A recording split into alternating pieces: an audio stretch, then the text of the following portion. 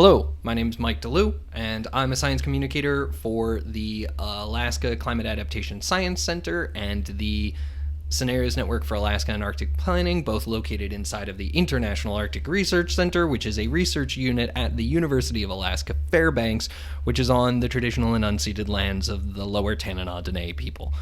I'm originally from just outside of Philadelphia in northeastern United States. I bounced around for a lot of time being an English as a foreign language teacher in Japan, working as a student affairs manager at a research unit in the north of Queensland in the rainforest there. I spent some time working with at-risk youth in rural Montana, which is in north-central United States along the Canada border, and then moved to the University of Manchester to do a degree in Master's of Science in International Disaster Management at the Humanitarian and Conflict Response Institute at the University of Manchester. From there, I moved here to Fairbanks, Interior Alaska, in January of 2020. And now I am happily working in the field of science communication. For a little bit of context, the University of Alaska Fairbanks is a public university with a large research contingent. The International Arctic Research Center is one of those centers focused on climate research throughout the Arctic, but with a particular focus on Alaska, and was jointly set up a couple of decades ago by the United States and Japanese governments.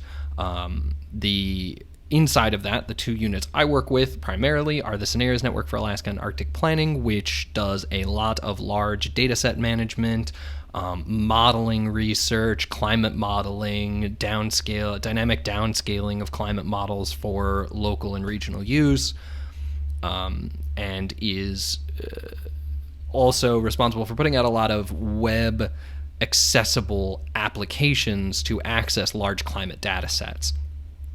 The Alaska Climate Adaptation Science Center is one of a network of climate adaptation science centers stood up during the Obama administration across the United States. These are regional centers and are collaborations between the United States Geological Survey, or USGS, a division of the United States Department of the Interior, and universities within each region. Here in Alaska, that university is the University of Alaska Fairbanks. As a result, the Climate Adaptation Science Center has two directors, one on the government side and one on the university side, and has researchers who are employed and funded by both the USGS and by the University of Alaska, who work in collaboration to primarily focus on climate adaptation science and understanding ecosystems and science in a way that's useful for actual practitioners. And that can mean everything from local land use managers, national parks, state parks, tribal authorities and tribal governments, and regular people. What does my everyday look like? Well, it's the middle of a pandemic, so I spend a lot of time at this desk in front of this computer staring at screens. Mostly what I do is writing and coordination and project management across some of the institutions I work with. So that can mean writing stories about research that's coming out, turning stories and research, small things into pretty glossy products, which you can then consume, developing text and managing the production of new web applications that, as they start to come out, working with our tribal liaison to put out a monthly e-bulletin of important climate news and climate resources for tribes across the state of Alaska. Generally speaking, just anything even vaguely communication related tends to come through someone on the comms team at one of these units, and this is what I find myself doing a significant proportion of the time. Sometimes I do get to go outside, which is quite lovely, either for my own enjoyment. I do a lot of cross-country skiing these days, or for work. So I have become the IARC drone pilot, so I pilot our small drone to take footage and video of our research in different places. So it could on occasion mean going out to the university these days to work with someone or record something. It could mean going out to the Poker Flat Research Range, which is the only university-owned and operated rocket range in the world, we think. So the GI continues to say, where IARC has a lot of really interesting automated measurements being taken. So we're measuring CO2 flux at different heights and altitudes above the ground in a big tower. We're measuring precipitation, both solid precipitation for about 6 months here throughout the winter, and liquid precipitation and rain during the summer. We're looking at respiration, the rate of CO2 coming out of and going into the ground. So all of these things are things that I might be doing. So I might be making a video for a very specific purpose. I make, for instance, tools in 2 minutes videos for the tools that come out of the snap. Lucky for you, the Alaska Center for Climate Assessment and Policy and the Scenarios Network for Alaska and Arctic Planning have you covered with the Statewide Temperature Index tool.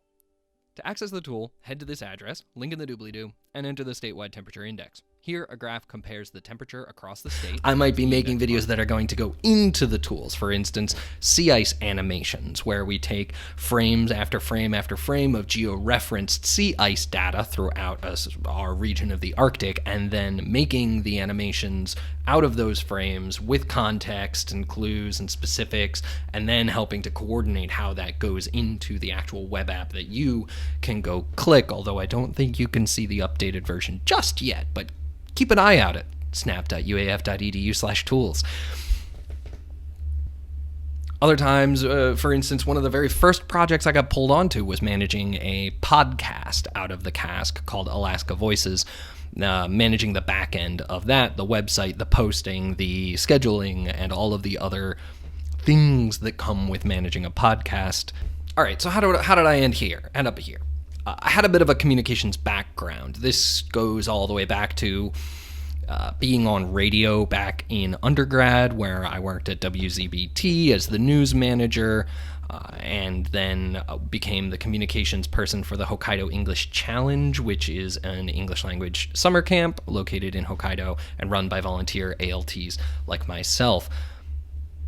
Additionally, how did I end up in this specific location? Well, I was interested in the Arctic. I came to the HCRI to do research on the topic of Arctic disaster management, Arctic emergency readiness, and emergency preparedness. I wasn't exactly sure what I wanted to do with it after that. I assumed coming in that what I wanted to do was SAR, search and rescue. I had some background in wilderness first response. I was a licensed wilderness first responder when I arrived in Manchester. I also had done courses from the Canadian Avalanche Authority. I had done some training with them, and so I was clearly interested in kind of this cold weather search and rescue response thing. And this is kind of what I thought I wanted to do in the end as well. While I was at HCRI, I tried to tailor my research to push in this direction. I was interested in this preparedness, emergency response, and no small amount of that had to do with maritime affairs, so I started dealing with a lot of maritime law and maritime policy, and how does that affect vulnerability and resilience. So having a background in some of these things, as well as having had the opportunity while at the University of Manchester to go to the Arctic Coast Guard Forum, all kind of pushed me in this direction. It set me up for success. At the same time, I had to be somewhat flexible. I had to understand that the thing that really interested me ended up not being search and rescue. It ended up being a greater understanding of preparedness, kind of that a penny spent now is a dollar saved later concept. And yeah, so that's how I got into the idea of studying how does this impact vulnerability and resilience, which is what I actually wrote my thesis on. So I would say there are kind of two competing pieces of advice for anybody who's trying to figure out what they want to do and where they want to go. And one of those is you have to be flexible. You have to be open to new concepts and new ideas, because sometimes those will be the most fruitful ones. But the other side of that very same coin is you kind of need to know what you're interested in. You have to know enough to close enough doors to be able to focus on the open doors that are left and develop any depth of knowledge whatsoever. So when I came in, I was very interested in search and rescue, emergency response, across the whole Arctic. And what I ended up doing was taking the good advice of Billy Hayworth and trimming my focus down to a far, far, far smaller region given the time frames necessary, but also broadening a little bit what I thought about when I thought about disaster management. I was thinking too narrowly about the response phase, which is also what gets all of the press, let's be perfectly honest, and not enough about the vulnerability and resilience phases, the prevention and preparedness stages of the disaster cycle, which is turning out to be the thing I'm far more interested in. It's the thing that I work with every day. Advice for anybody wanting to get into a similar field, role, or organization: you have to learn to talk well. You have to learn to write well. You have to learn to relate to people. There's a significant amount of nervousness that comes with having to speak to large groups of people, with having to speak into a camera and be recorded. How can I make sure that this sounds natural, but also that I only use the right words? Make sure that you're capable of having complex conversations about complex scientific topics in simple and easy to understand language, on the fly, in front of an audience, on the first take, and congratulations, you might be ready to do SciComm. All right. So I would say there's only one last challenge that I face regularly in what I do, and that is that it's really important to be brief and succinct whenever you're. What's the time down there say? I guess we can all continue to improve, I suppose. So that is everything I have to say. Once again, my name is Mike DeLue. I was a student at the HCRI from 2018 to 2019 on the Masters of Science in International Disaster Management program. I now work as a science communicator for the Alaska Climate Adaptation Science Center and the Scenarios Network for Alaska and Arctic Planning, located inside of the International Arctic Research Center on the University of Alaska Fairbanks Trothyeta campus, located on the traditional and unceded lands of the Lower Tanana Dene people.